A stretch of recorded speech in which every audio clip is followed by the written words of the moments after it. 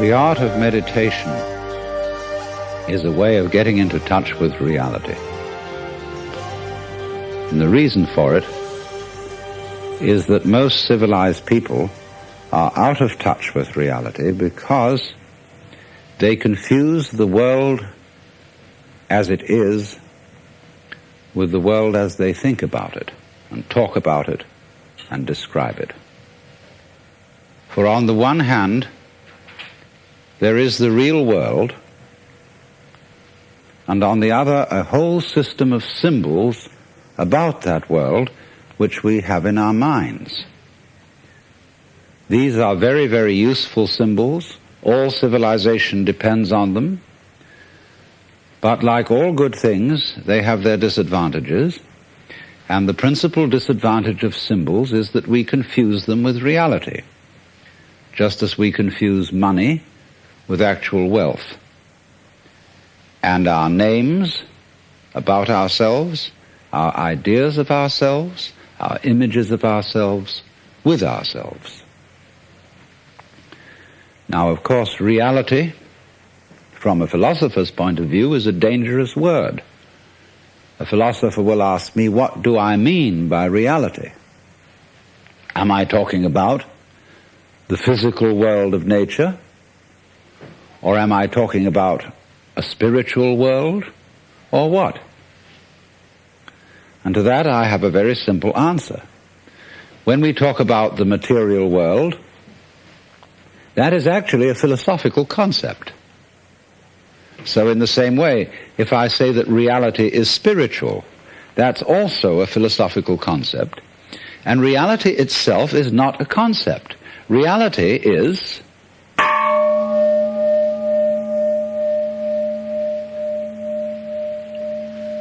and we won't give it a name. Now, it's amazing what doesn't exist in the real world. For example, in the real world, there aren't any things, nor are there any events. That doesn't mean to say that the real world is a perfectly featureless blank. It means that it is a marvelous system of wiggles in which we descry things and events in the same way as we would project images on a Rorschach blot or pick out particular groups of stars in the sky and call them constellations as if they were separate groups of stars. Well, they're groups of stars in the mind's eye, in our system of concepts. They are not out there as constellations already grouped in the sky. So in the same way, the difference between myself and all the rest of the universe is nothing more than an idea. It is not a real difference.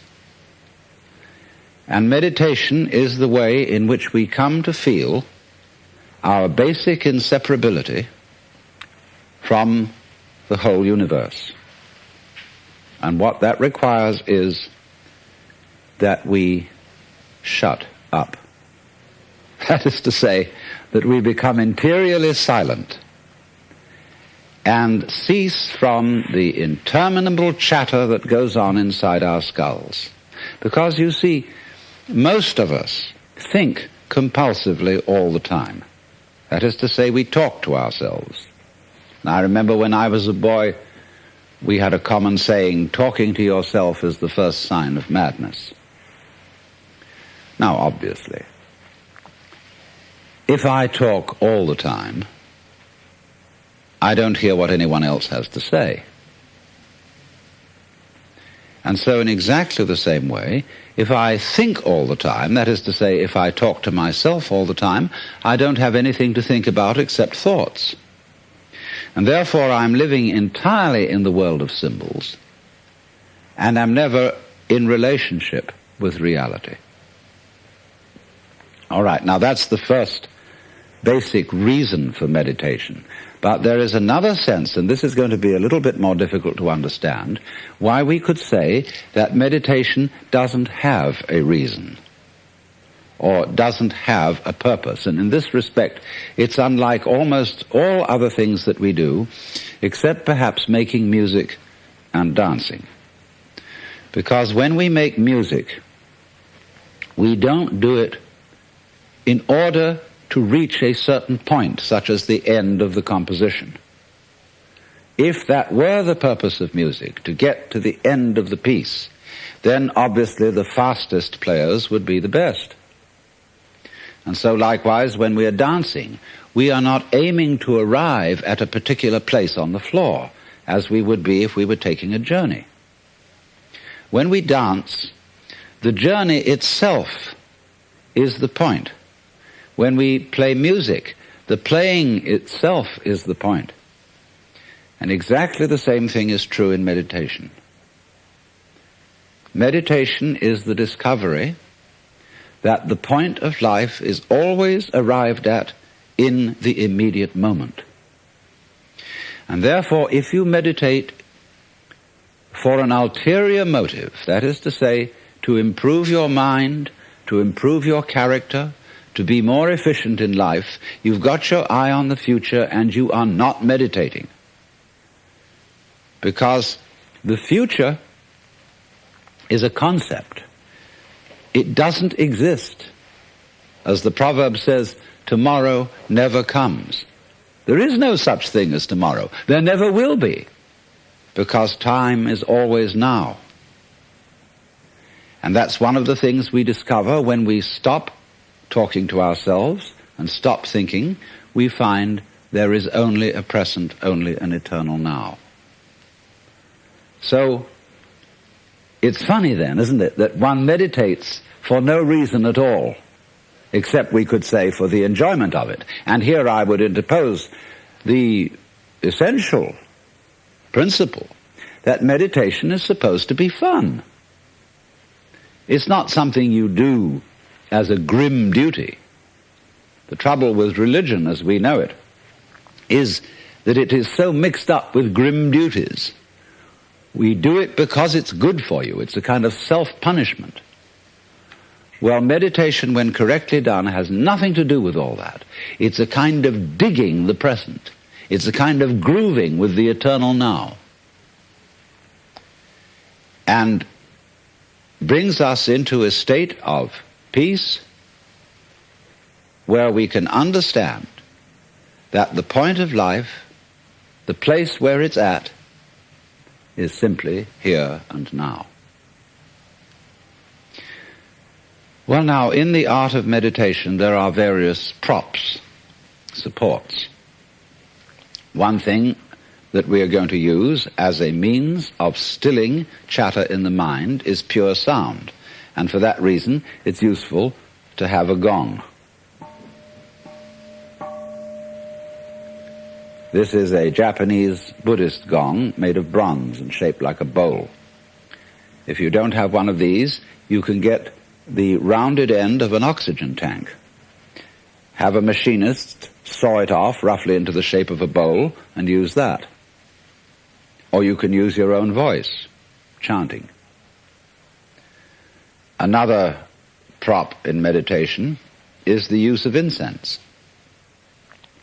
And that is because the sense of smell is our repressed sense. And because it's our repressed sense, it has a very powerful influence on us. And therefore we associate certain smells with certain states of mind. And so the smell of incense is associated with peace and contemplation. And so it's advantageous to burn incense in meditation. The other prop is a string of beads. And these beads are used in meditation for an unconscious method of timing yourself. Instead of looking at a watch, you move a bead each time you breathe in and out, so that at a certain rate, you see there are always 108 beads on a rosary, and when you get to slow breathing, halfway around the rosary is about 40 minutes, and that is the usual length of time for which one sits in meditation, because otherwise you get uncomfortable and you get stiff legs and problems of that kind. Now then, the other thing, first of all, that we have to go into is how does one sit in meditation?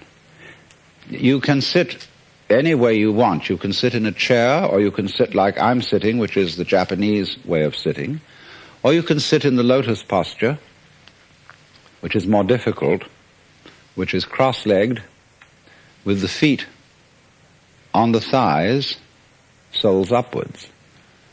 And the younger you start that in life, the easier you'll find it to do. Or you can just sit cross-legged on a raised cushion above the floor. Now the point of this is that if you keep your back erect, I don't mean stiff like this, nor slumped like this, but just easily erect, you are centered and easily balanced, and you have a feeling of being thoroughly rooted to the ground. And that sort of physical stability is very important for the avoidance of distraction and generally feeling settled. Here and now, j'y suis, j'y reste, as the French say. I'm here and I'm going to stay. Well now, the easiest way to get into the meditative state is to begin by listening. If you simply close your eyes and allow yourself to hear all the sounds that are going on around you, just listen to the general hum and buzz of the world as if you were listening to music. Don't try to identify the sounds you're hearing. Don't put names on them. Simply allow them to play with your eardrums. And let them go. In other words, you could put it, let your ears hear whatever they want to hear. Don't judge the sounds. There are no, as it were, proper sounds or improper sounds, and it doesn't matter if somebody coughs or sneezes or drops something. It's all just sound. And if I am talking to you right now and you're doing this, I want you to listen to the sound of my voice just as if it were noise. Don't try to make any sense out of what I'm saying, because your brain will take care of that automatically. You don't have to try to understand anything. Just listen to the sound. As you pursue that experiment, you will very naturally find that you can't help naming sounds, identifying them, that you will go on thinking, that is to say, talking to yourself inside your head automatically. But it's important that you don't try to repress those thoughts by forcing them out of your mind, because that will have precisely the same effect as if you were trying to smooth rough water with a flat iron. You're just going to disturb it all the more. What you do is this. As you hear sounds coming up in your head, thoughts, you simply listen to them as part of the general noise going on, just as you would be listening to the sound of my voice, or just as you would be listening to cars going by or to birds chattering outside the window. So look at your own thoughts as just noises. And soon you will find that the so-called outside world and the so-called inside world come together. They are a happening. Your thoughts are a happening, just like the sounds going on outside. And everything is simply a happening, and all you're doing is watching it. Now, in this process, another thing that is happening that is very important is that you're breathing. And as you start meditation, you allow your breath to run just as it wills. In other words, don't do at first any breathing exercise, but just watch your breath breathing the way it wants to breathe. And notice a curious thing about this.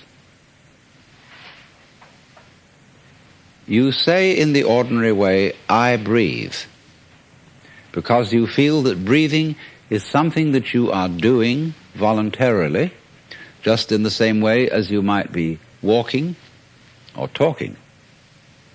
But you will also notice that when you are not thinking about breathing, your breathing goes on just the same. So the curious thing about breath is that it can be looked at both as a voluntary and an involuntary action. You can feel on the one hand, I am doing it, and on the other hand, it is happening to me. And that is why breathing is a most important part of meditation, because it is going to show you, as you become aware of your breath, that the hard and fast division that we make between what we do on the one hand and what happens to us on the other is arbitrary. So that as you watch your breathing, you will become aware that both the voluntary and the involuntary aspects of your experience are all one happening. Now that may at first seem a little scary, because you may think, well, am I just the puppet of a happening, the mere passive witness of something that's going on completely beyond my control? Or on the other hand, am I really doing everything that's going along? Well, if I were, I should be God. And that would be very embarrassing, because I would be in charge of everything. That would be a terribly responsible position. The truth of the matter, as you will see it, is that both things are true. You can see it that everything is happening to you, and on the other hand, you're doing everything. For example, it's your eyes that are turning the sun into light. It's the nerve ends in your skin that are turning electric vibrations in the air into heat and temperature. It's your eardrums that are turning vibrations in the air into sound, and in that way you are creating the world. But when we're not talking about it, when we're not philosophizing about it, then there is just this happening, this, and we won't give it a name. Now then, when you breathe for a while, just letting it happen, and not forcing it in any way, you will discover a curious thing, that without making any effort, you can breathe more and more deeply. In other words, supposing you simply are breathing out, and breathing out is important because it's the breath of relaxation, as when we say, whew, and heave a sigh of relief.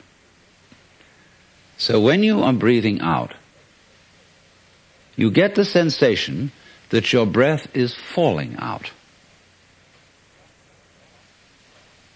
Dropping, dropping, dropping out with the same sort of feeling you have as if you were settling down into an extremely comfortable bed.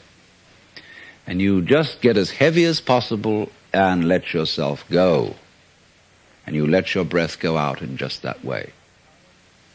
And when it's thoroughly, comfortably out and it feels like coming back again, you don't pull it back in, you let it fall back in.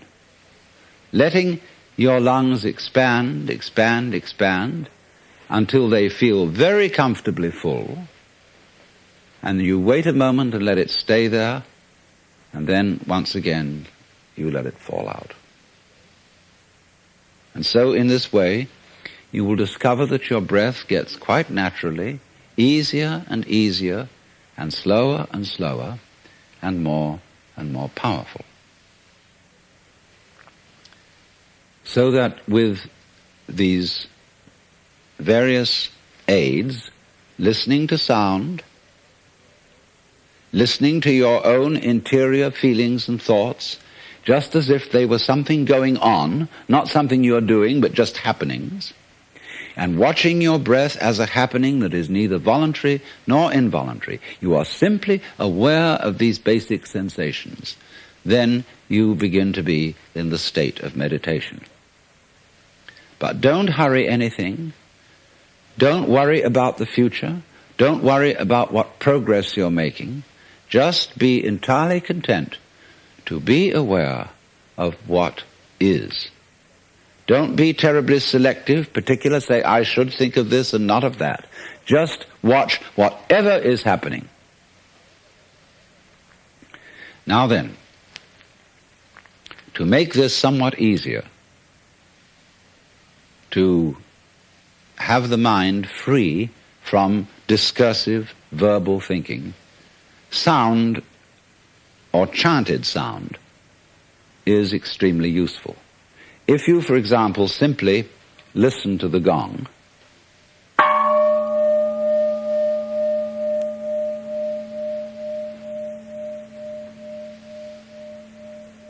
and let that sound be the whole of your experience. It's quite simple. It requires no effort.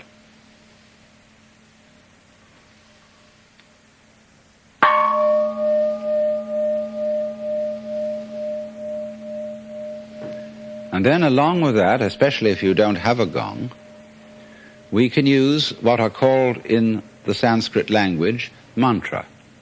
Mantra are chanted sounds which are used not so much for their meaning as for the simple tone. And they go along with that easy kind of slow breath. One of the basic mantras is, of course, the sound Om. That sound is used because if you spell it out, A-U-M, it runs from the back of your throat to your lips, and therefore it contains the whole range of the voice. And for that reason, it represents the total energy of the universe. This word is called the pranava, the name for the ultimate reality, for the which, than which there is no whicher. And so, in this way then, if you chant it,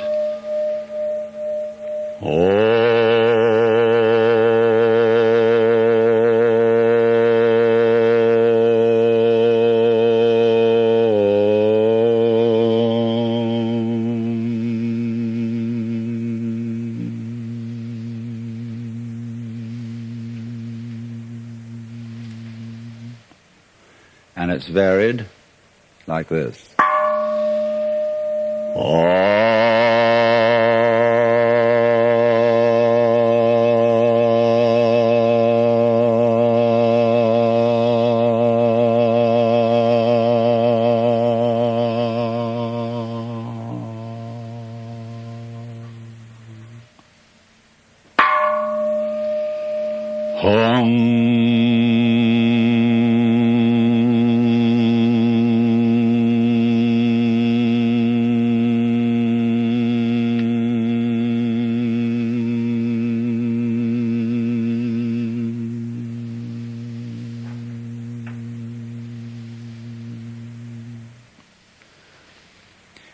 And you can keep that up for quite a long time, and eventually you will find, as you go on chanting, that the words of the chant will simply have become pure sound.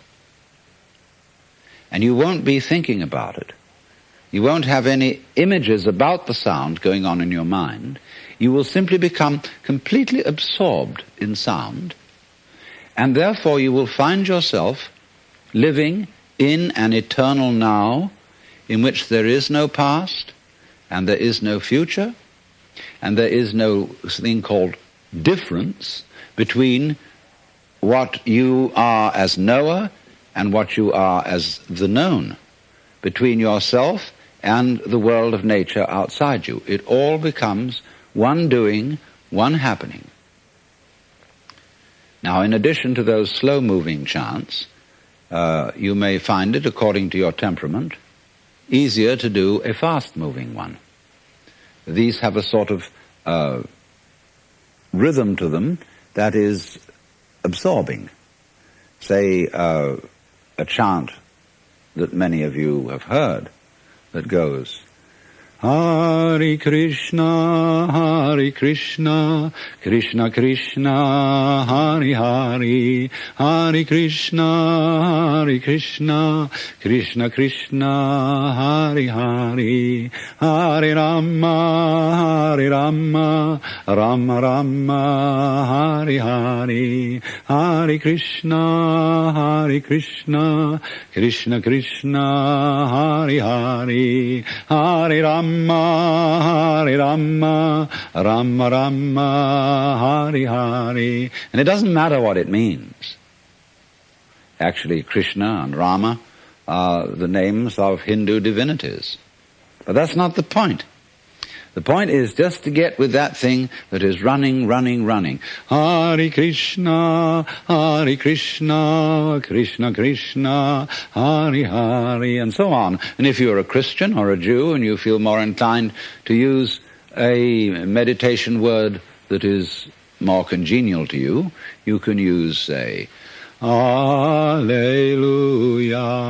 Alleluia, Alleluia, Alleluia,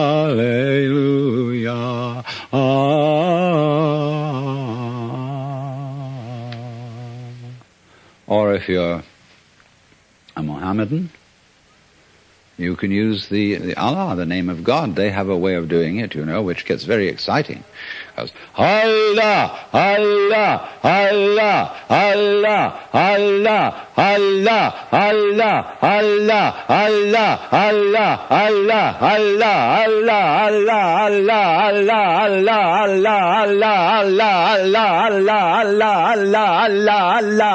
Allah, Allah, and it gets faster and faster. You can keep that up for 40 minutes. And you'll be out of your mind. But you see, to go out of your mind at least once a day is tremendously important, because by going out of your mind you come to your senses. And if you stay in your mind all the time, you are over-rational. In other words, you're like a very rigid bridge, which, because it has got no give, no craziness in it, is going to be blown down in the first hurricane.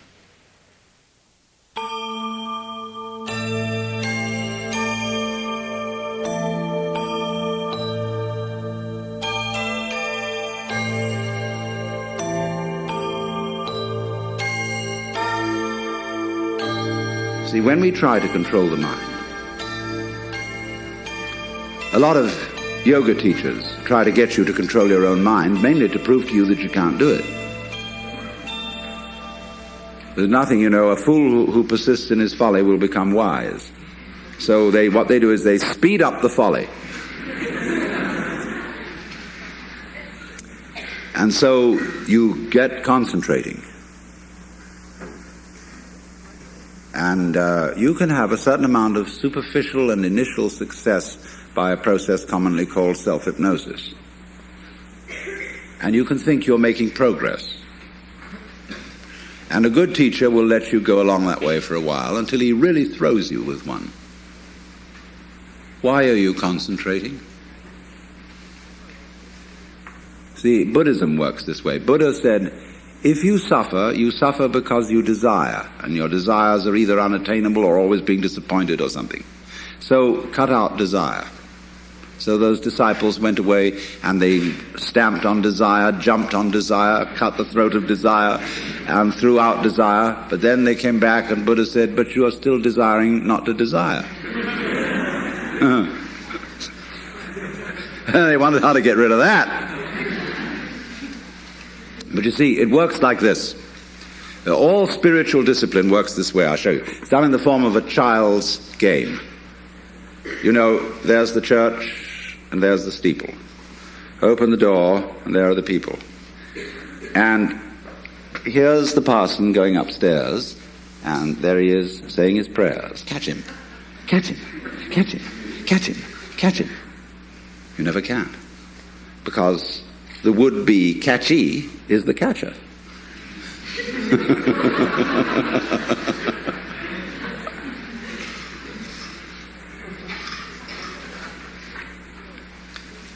So then, that's like desiring not to desire. Or loving out of a sense of duty. Trying to be spontaneous because you ought to be. See? All that is nonsense. Lifting yourself up by your own bootstraps. So when you see that that's nonsense, there naturally comes over you a quietness. In seeing that you cannot control your mind, you realize there is no controller. What you took to be the thinker of thoughts is just one of the thoughts. What you took to be the feeler of the feelings, which was that chronic muscular strain, is just one of the feelings. What you took to be the experiencer of experience is just part of the experience. So there isn't any thinker of thoughts, feeler of feelings. We get into that bind because we have a grammatical rule that verbs have to have subjects. And the funny thing about that is that verbs are processes and subjects are nouns, which are supposed to be things. How does a noun start a verb? How does a thing put a process into action? Obviously it can't. But we always insist that there is this subject called the knower. And without a knower there can't be knowing. Well, that's just a grammatical rule. It isn't a rule of nature. In nature there's just knowing, like you're feeling it. And I have to say you are feeling it, as if you were somehow different from the feeling. When I say I am feeling, what I mean is there is feeling here. When I say you are feeling, I mean there is feeling there. I have to say even there is feeling. What a cumbersome language we have. Chinese is easier. You don't have to put all that in. You can say things twice as fast in Chinese as you can in any other language. Well, anyway, when you come to see that you can do nothing, that the play of thought, of feeling, etc., just goes on by itself as a happening, then you are in a state which we will call meditation. And slowly, without being pushed, your thoughts will come to silence.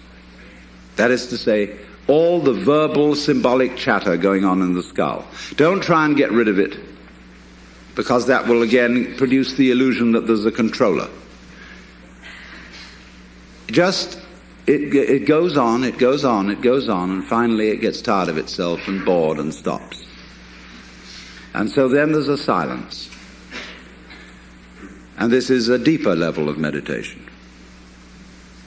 And in that silence, you suddenly begin to see the world as it is. And you don't see any past, and you don't see any future. You don't see any difference between yourself and the rest of it. That's just an idea. You can't put your hand on the difference between myself and you. You know, you can't blow it, you can't bounce it, you can't pull it. It's just an idea. You can't find any material body, because material body is an idea. So is spiritual body. This is somebody's philosophical notions. See, reality isn't material. That's an idea. Reality isn't spiritual. That's an idea. Reality is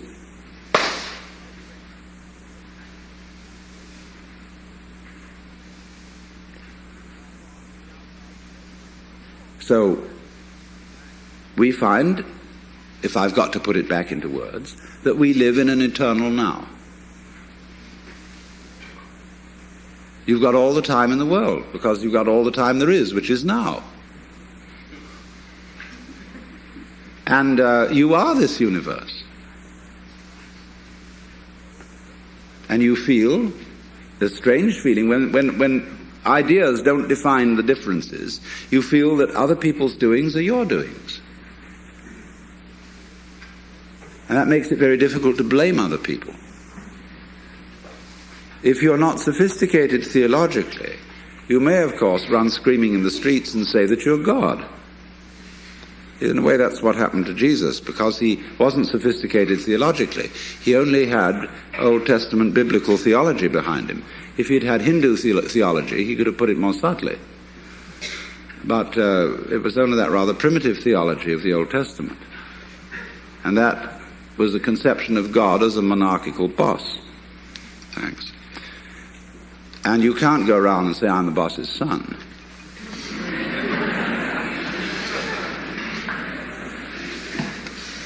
If you're going to say, I'm God, you must allow it for everyone else too.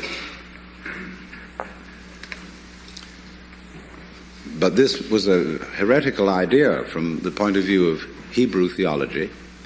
And so what they did with Jesus was they pedestalized him. That means kicked him upstairs so that he wouldn't be able to influence anyone else.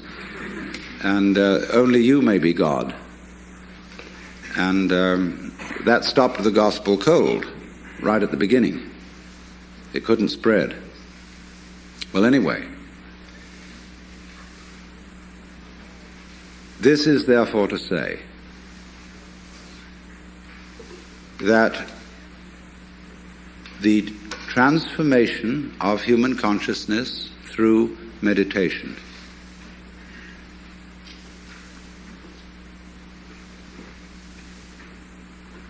is frustrated so long as we think of it in terms of something that I myself can bring about by some kind of wangle, by some sort of gimmick. Because, you see, that leads to endless games of spiritual one-upmanship and of guru competitions. Of my guru is more effective than your guru. My yoga's faster than your yoga. I'm more aware of myself than you are. I'm humbler than you are. I'm sorrier for my sins than you are. I love you more than you love me. This interminable goings-on about which people fight and wonder whether they are a little bit more evolved than somebody else and so on. All that can just fall away. And then we get this strange feeling that we have never had, you see, in our lives, except occasionally by accident. Some people get a glimpse that we are no longer this poor little stranger and afraid in a world it never made, but that you are this universe, and you are creating it at every moment, because you see it starts now. It didn't begin in the past. There was no past. See, if the universe began in the past, when that happened it was now. See? Well, it's still now. And the universe is still beginning now, and it's trailing off like the wake of a ship from now. And the wake of the ship fades out, so does the past. You can look back there to explain things, but the explanation disappears. You'll never find it there. Things are not explained by the past. They're explained by what happens now. That creates the past. And it begins here. That's the birth of responsibility. Because otherwise, you can always look over your shoulder and say, well, I'm the way I am because my mother dropped me. And she dropped me because she was neurotic because her mother dropped her. And away we go back to Adam and Eve, or to a disappearing monkey or something. We never get at it. But in this way, you're faced with it, you're doing all this.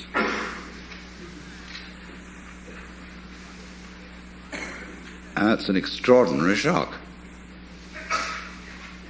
So, cheer up. You can't blame anyone else for the kind of world you're in. And that helps a great deal. Because most of the good things we are trying to do are based on blaming somebody else and to improve them.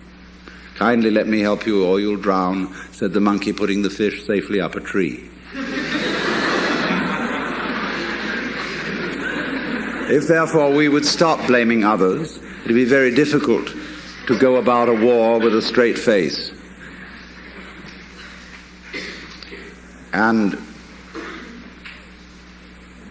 if you know, you see, that I, in the sense of the person, the front, the ego, it really doesn't exist, then it won't go to your head too badly if you wake up and discover that you're God.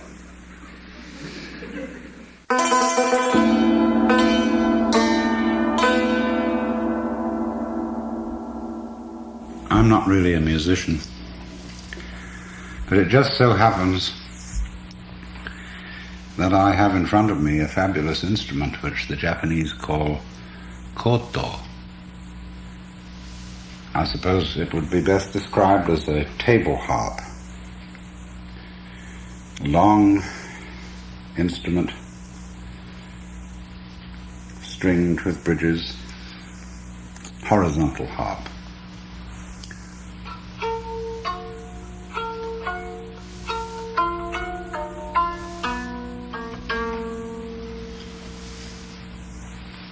It was customary among Chinese poets in the old days to read poetry and strum on the lute or table harp at the same time. And I've got here a curious old text called Saikontan, which means the vegetable root discourses, written by Kojisei somewhere around 1624. And I thought I'd like to read some of this to you. And to get into the right mood, I suggest that you try to become a little stupid. That is to say, childlike, as if you hardly knew how to talk and didn't really know very much about anything that's going on. Just listen as you would listen to the wind.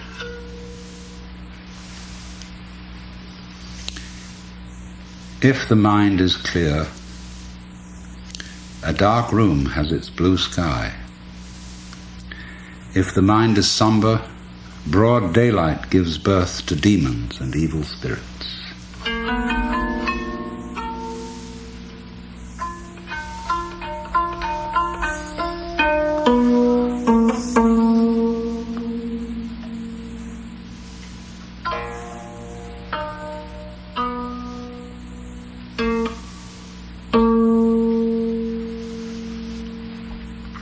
The just man has no mind to seek happiness. Heaven, therefore, because of this mindlessness, opens its inmost heart. The bad man busies himself with avoiding misfortunes. Heaven, therefore, confounds him for this desire. How unsearchable are the ways of heaven, how useless the wisdom of man.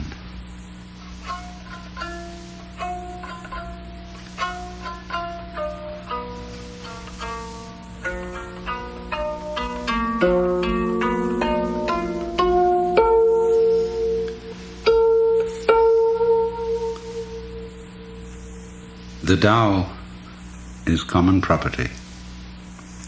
It should be pointed out to all we meet. Learning is as ordinary as eating rice at home. According to the circumstances, it should be applied circumspectly.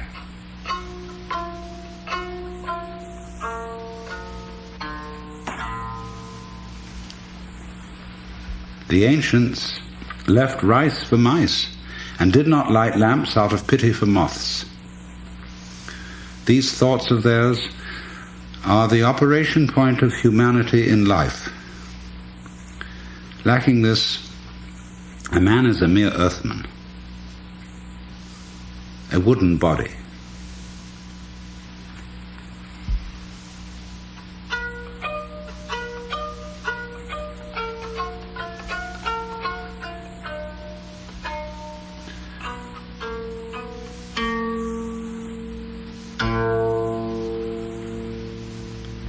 The Zen sect says, when you are hungry, eat.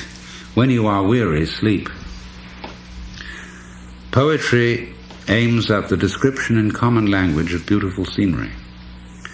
The sublime is contained in the ordinary, the hardest in the easiest. What is self-conscious and ulterior is far from the truth. What is mindless is near.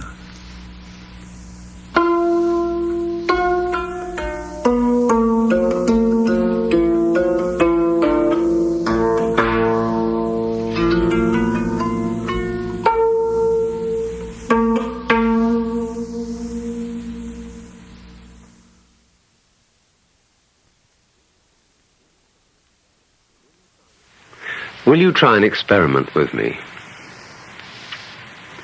Simply close your eyes and allow your ears to hear all sounds around you. Don't try to name or identify these sounds. Just hear them as you would listen to music, as when you hear a flute or a guitar, without asking what it means.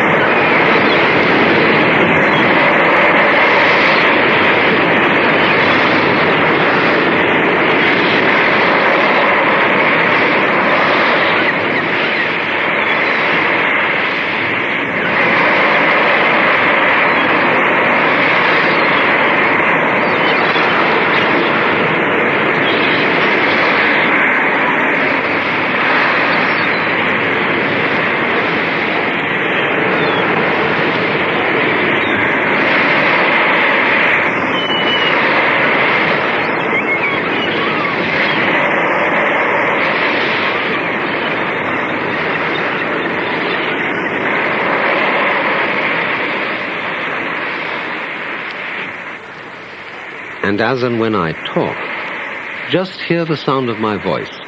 Don't bother about what it means. Your brain will take care of that by itself. Just let your eardrums respond as they will to all vibrations now in the air. Don't let yourself or your ears be offended by improper or unscheduled sounds. If, for example, the record is scratchy, okay. You wouldn't object if you were listening to it sitting by a fire of crackling logs.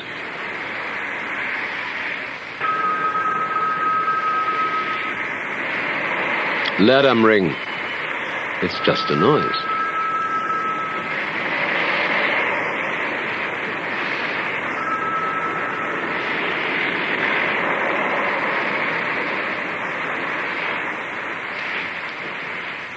And keep your tongue relaxed, floating easily in the lower jaw. Also stop frowning.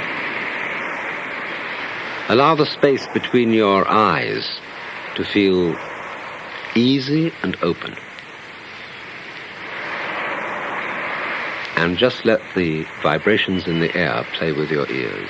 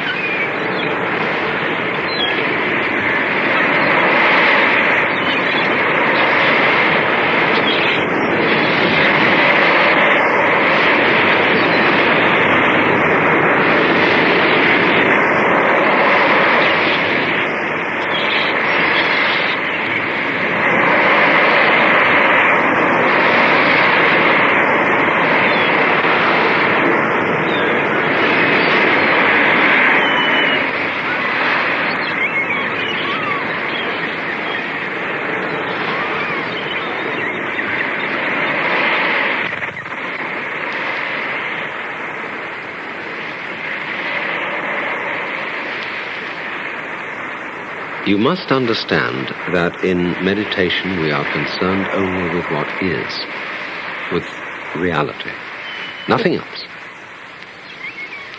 The past is a memory, the future an expectation. Neither past nor future actually exist. There is simply eternal now. So don't seek or expect a result from what you're doing. That wouldn't be true meditation. There's no hurry. Just now you're not going anywhere. Simply be here. Live in the world of sound. Let it play. That's all.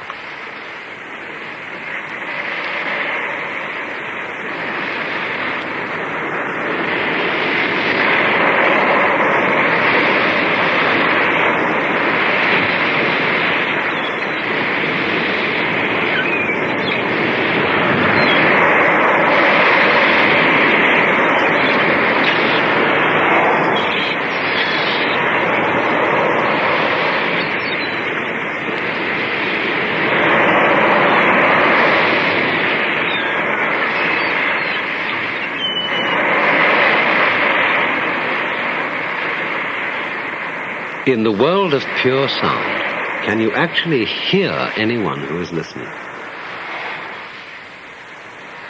Can you hear any difference between all these sounds on the one hand and yourself on the other?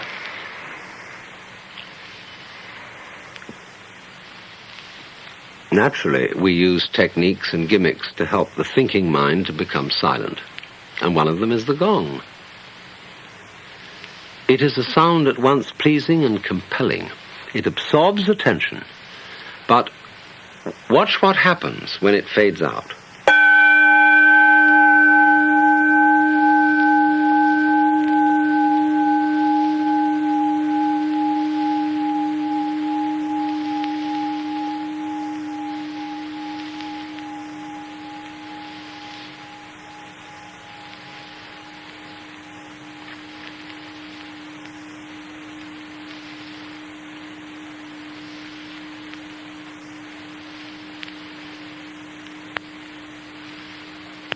The one sound becomes the many.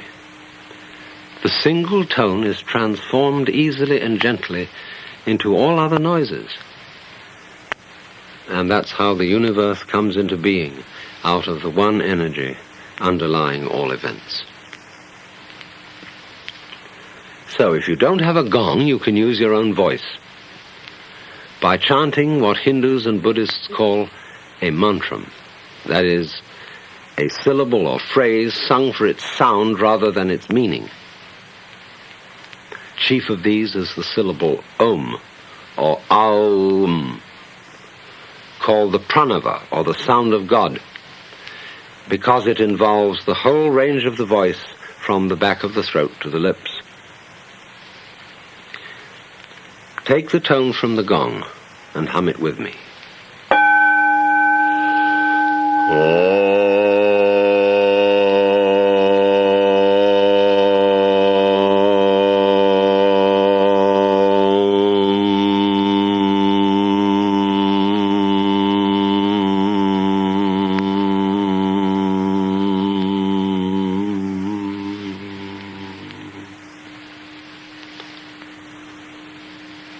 Now you can hear all sounds as Om.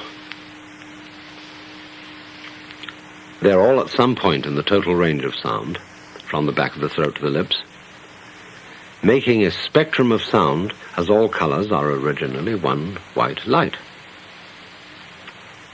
But don't ask what the sound is, or what it means. Just hear it and dig it. Hum with me again.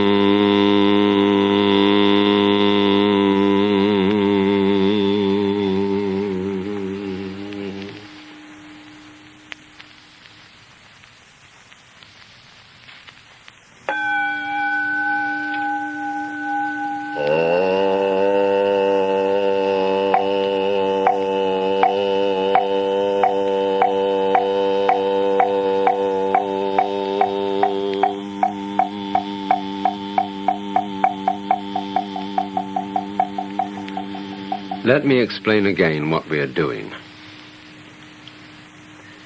We are going behind words, names, numbers, beliefs, and ideas to get back to the naked experience of reality itself. And at this level of awareness, we find no difference between the listener and the sound, the knower and the known, the subject and the object, or between the past, the present, and the future. All that's just talk. What is really happening is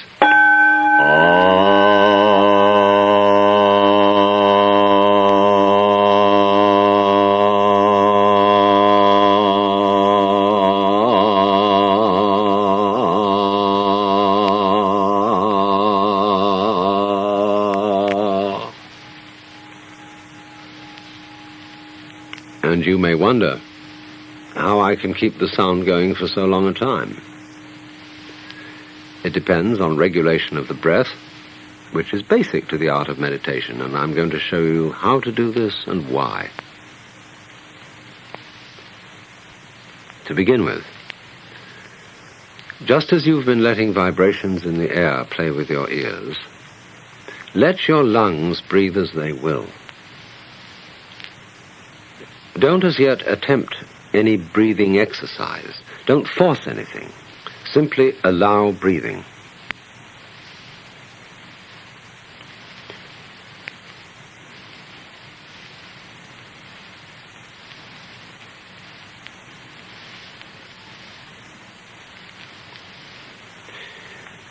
Now, is this breathing a voluntary or involuntary action? Or both? Or neither? Just feel it without taking sides, without words. And again, hear my voice as if it were wind in the trees or the sound of waves.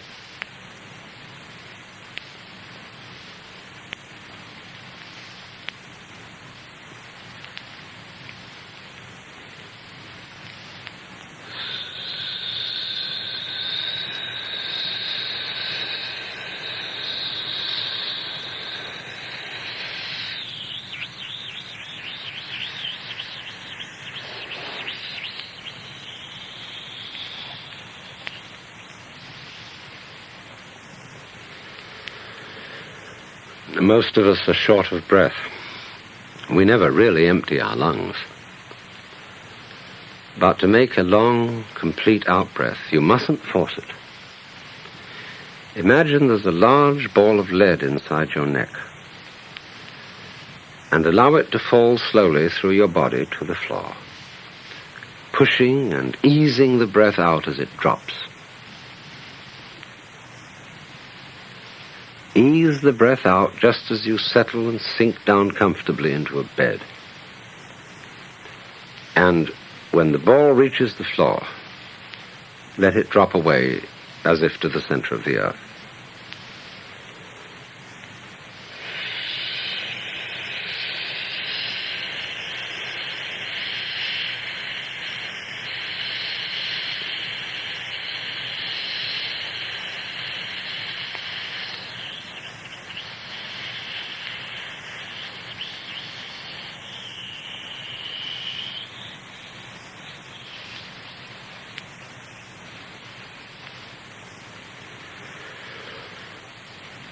Then let the breath come back in as a reflex without pulling it.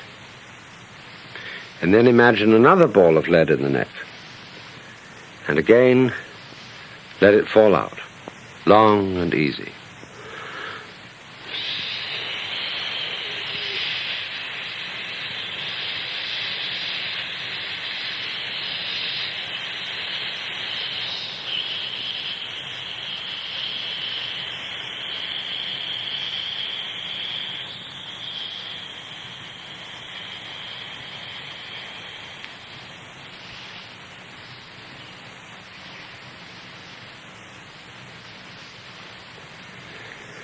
And once again.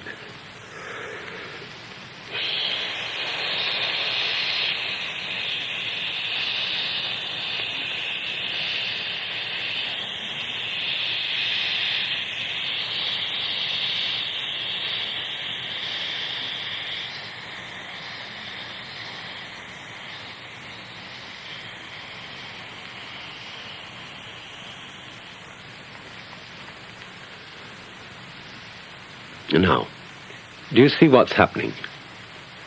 You are generating a great deal of energy without trying or forcing. Two things seem to be happening at once. First, the outflow of breath is simply falling, happening all by itself. Second, it's under perfect control. So from this practice, you learn to experience, to realize that what happens to you and what you do are one and the same process. There is no real separation between one thing called you and another quite different thing called the universe. When you stop talking and naming, they're quite obviously one. So again, let your breath fall easily out.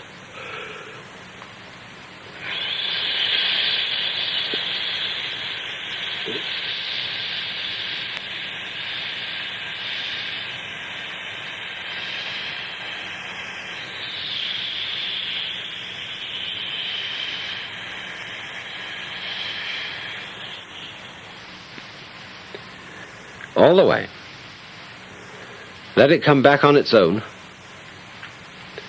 and then out again.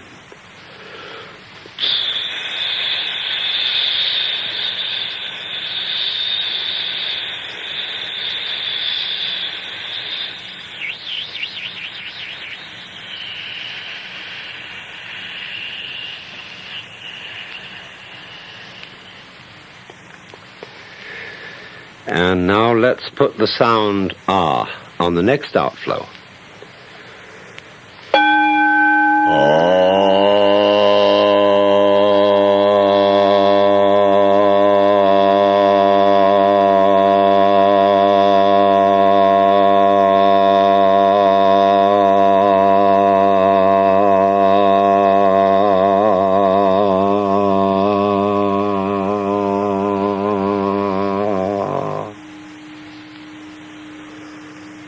And again, so that you have nothing in mind but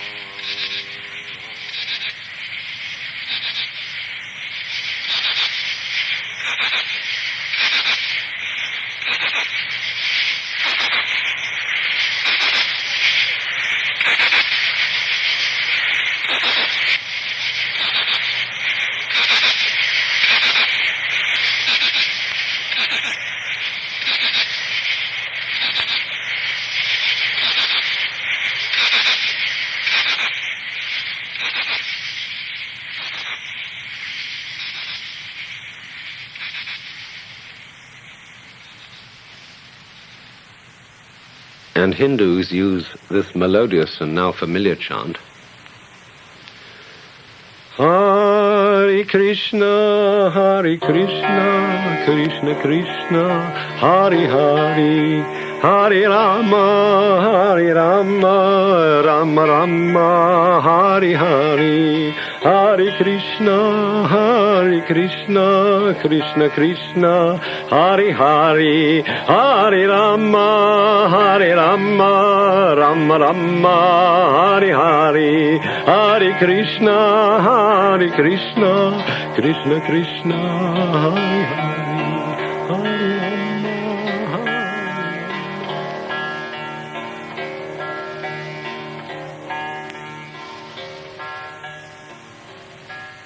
The point is not what it means, but how it feels. What happens to you when there is complete absorption in the chant? A thought, an idea called your ego simply disappeared, didn't it? Then there is a very effective mantra used by an important sect of Islamic mystics known as Sufis.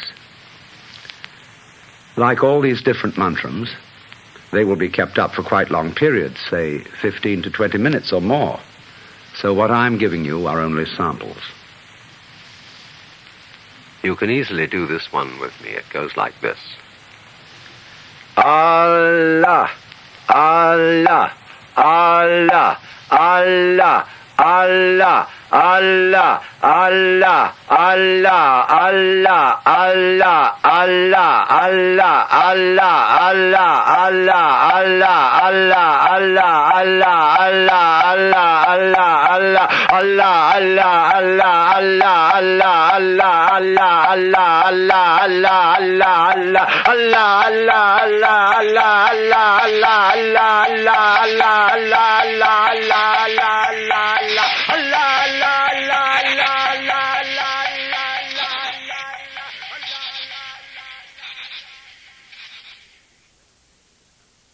Meditation has no purpose, no objective, except to be entirely here and now. It isn't something you do to improve yourself, to get ahead in the world, or to prepare yourself for life.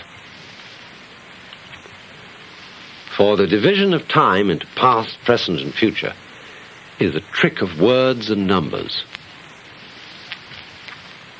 All memories and expectations exist now, and now only, because now is what there is and all that there is. We could say that the past flows back from now, like the wake from the prow of a ship, and then just like the wake vanishes. As the wake doesn't drive the ship, the past does not propel or move the present.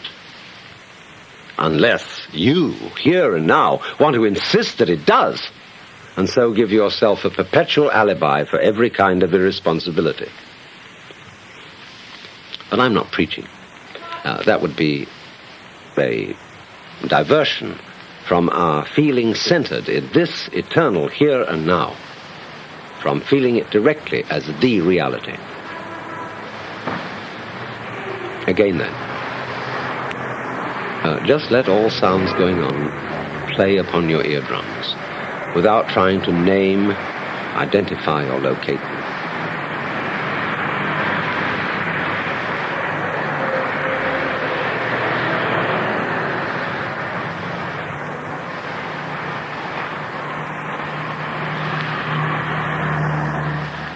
Relax your tongue. Let it just float in your lower jaw. Close your eyes.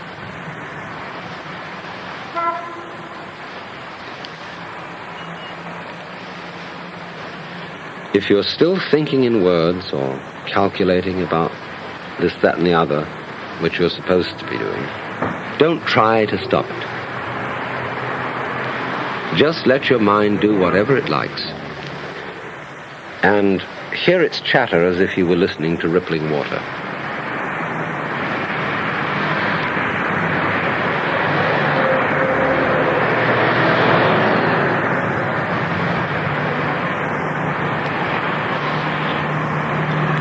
So then, we're going to try and find out and feel what we mean by the word now.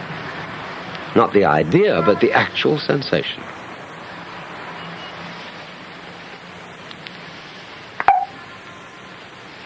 Get it? Like that? Or this?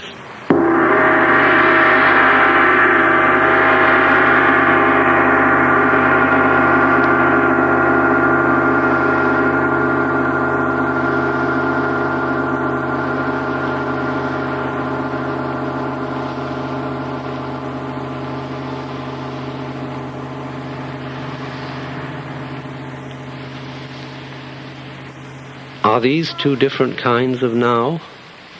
One a short, sharp pop, and the other a long, continuous boom? Is now a split second, or is it a drawn-out expanse of sensation?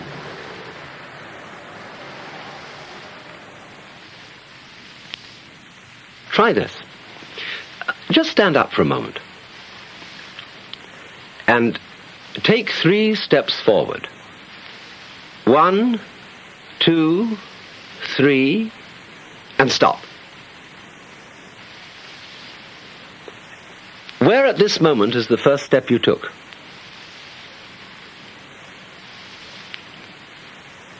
And where is the next movement you're going to make? Hold it. Be still.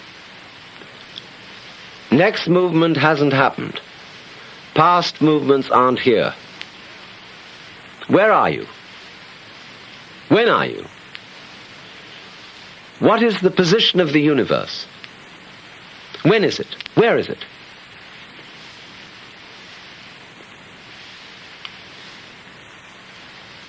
Take another step. Is this a new now, or the same old now where you always were?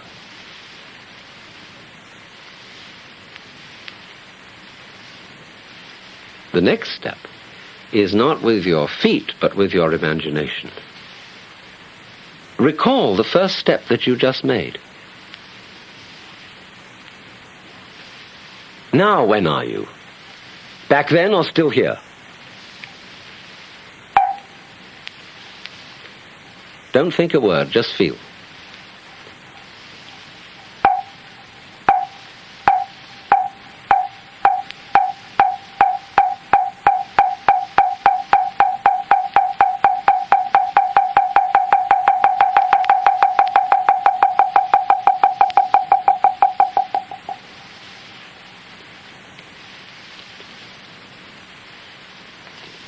So, please sit down again and relax.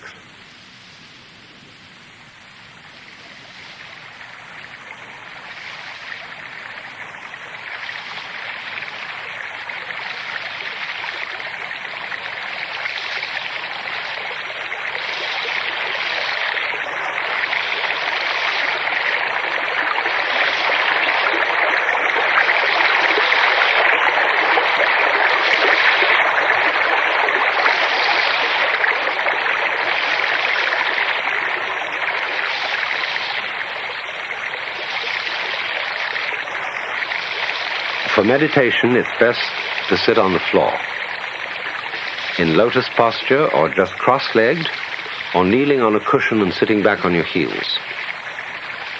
Spine straight, hands with palms upward, resting upon each other. The reason for this position is that it's firm and grounded, and just uncomfortable enough to keep you from going to sleep. But don't fight the discomfort. Relax into the position just as you have learned how to relax and to ease out a long, long breath and so create energy without strain. In the same way, if you have understood that there is no time but now, you will be able, without the least difficulty, to sit in this way for a long time, as measured by the clock. Once again, the essence of the whole art is to feel, to experience, to sense what is, what happens, without defining it, without saying anything to yourself about it. So let your breath flow easily, heavily down and out again. No strain.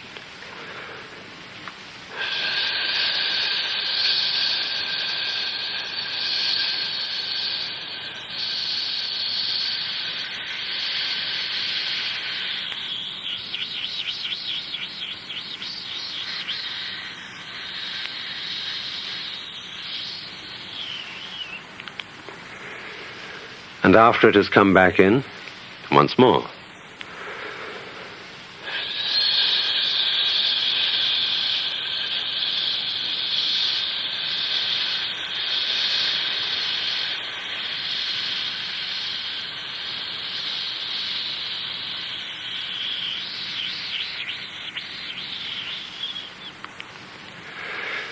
Keep it up.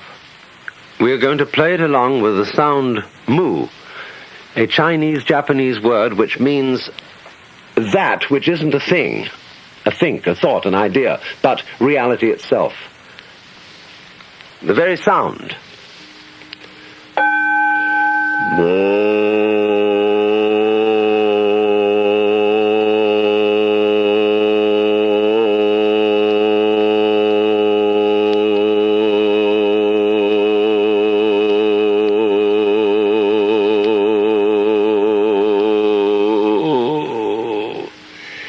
Dig that.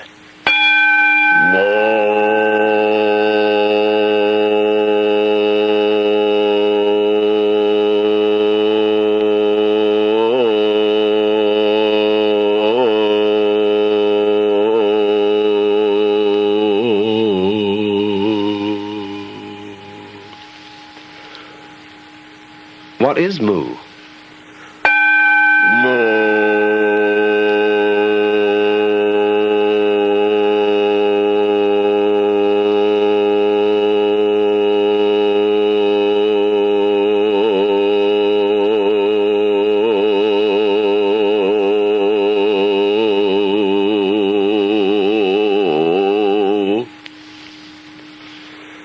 How old is moo?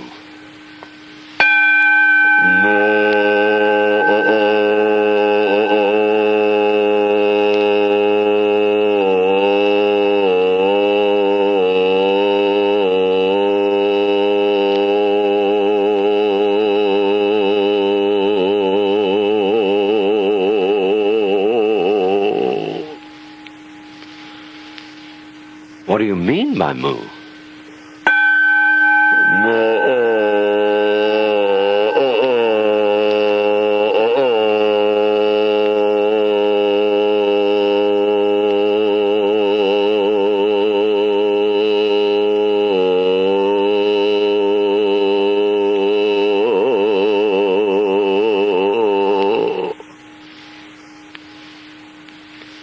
Who are you?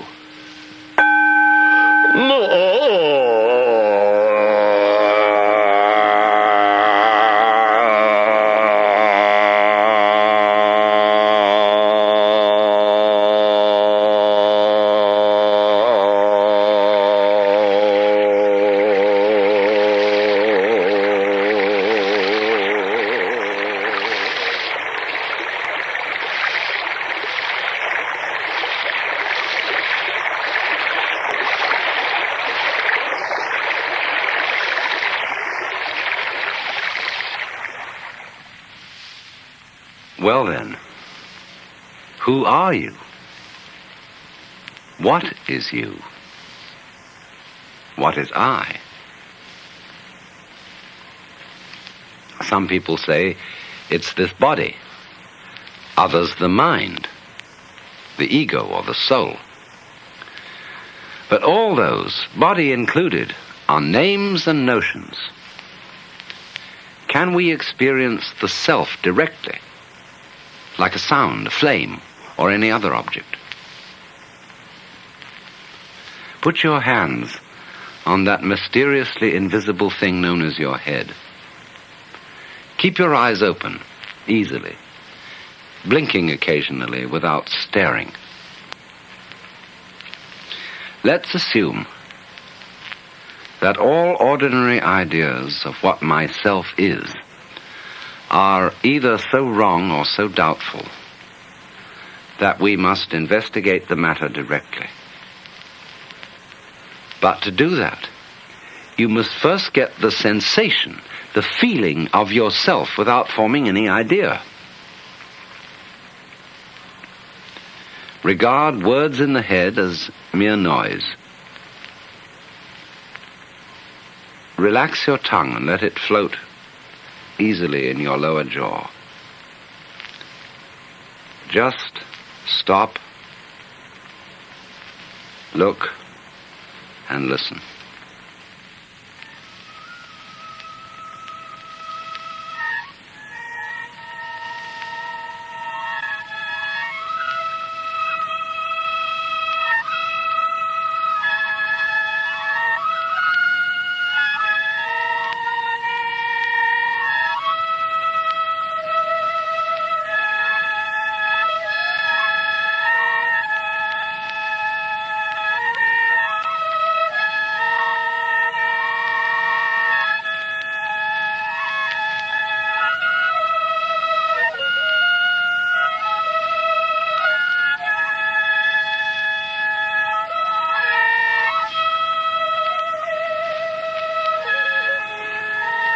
Now, let the various colors and shapes before you play with your eyes, just as you have been letting sounds play with your ears.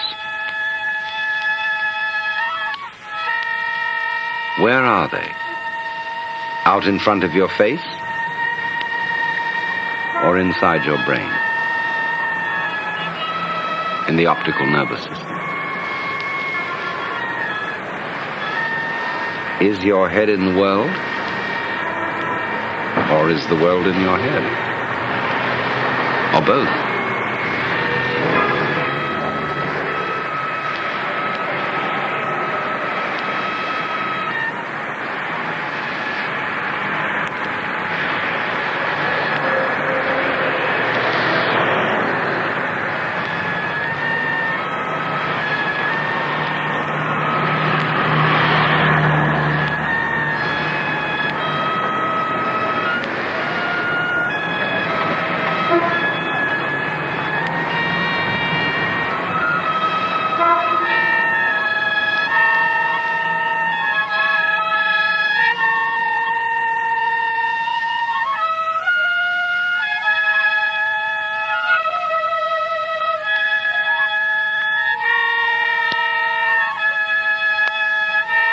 Odd, isn't it?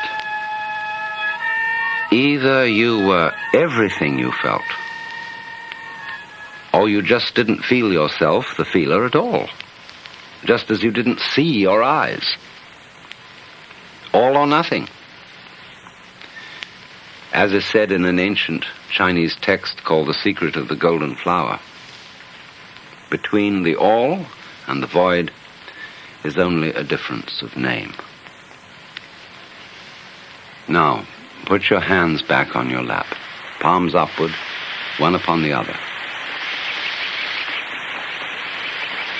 And just let go of it all.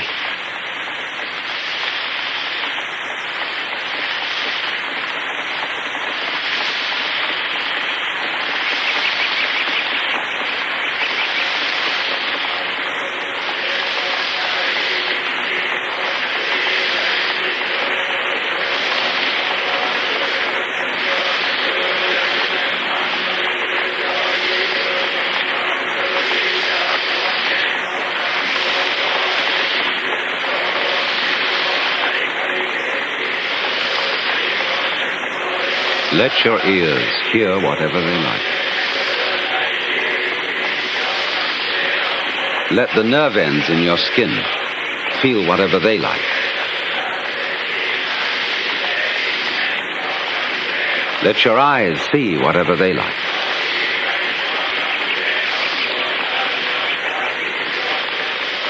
Let your nose smell whatever it likes.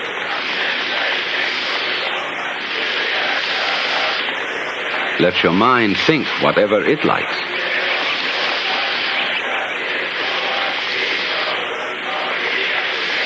Let your lungs breathe as they will.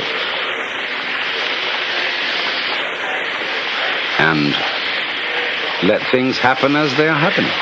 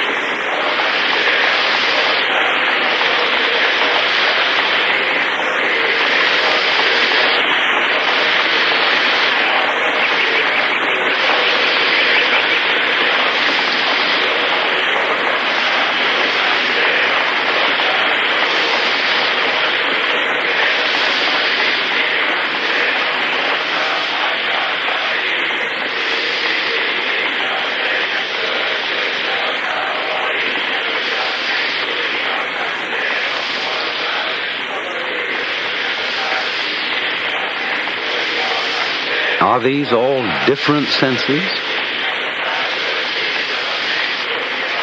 Or just one sense, consciousness?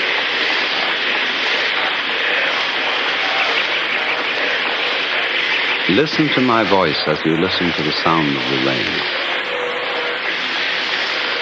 The sound of the rain needs no translation, no explanation.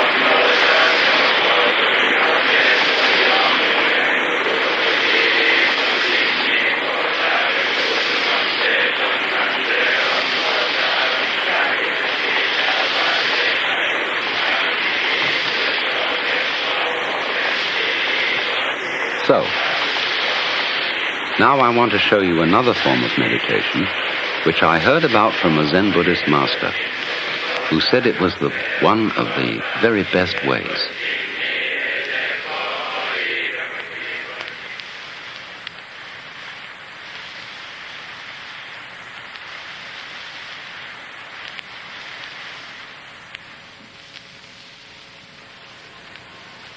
Will you please stand up and put your hands on your hips with wrists upwards? Now, let's all just laugh.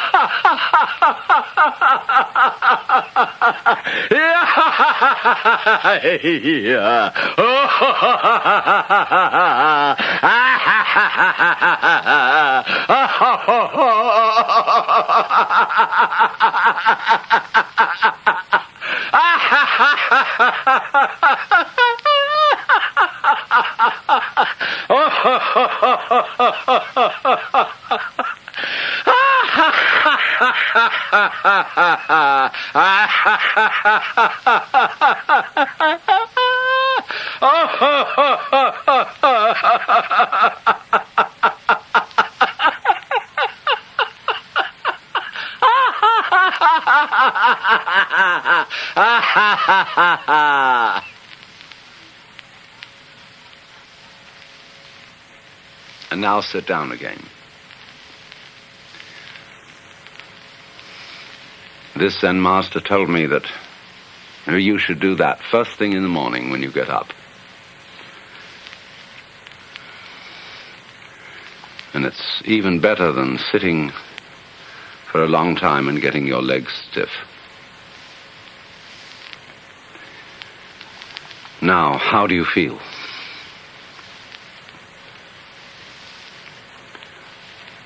Where was you when you were laughing?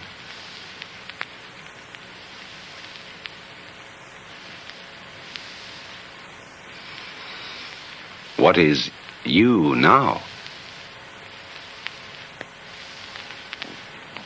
Listen.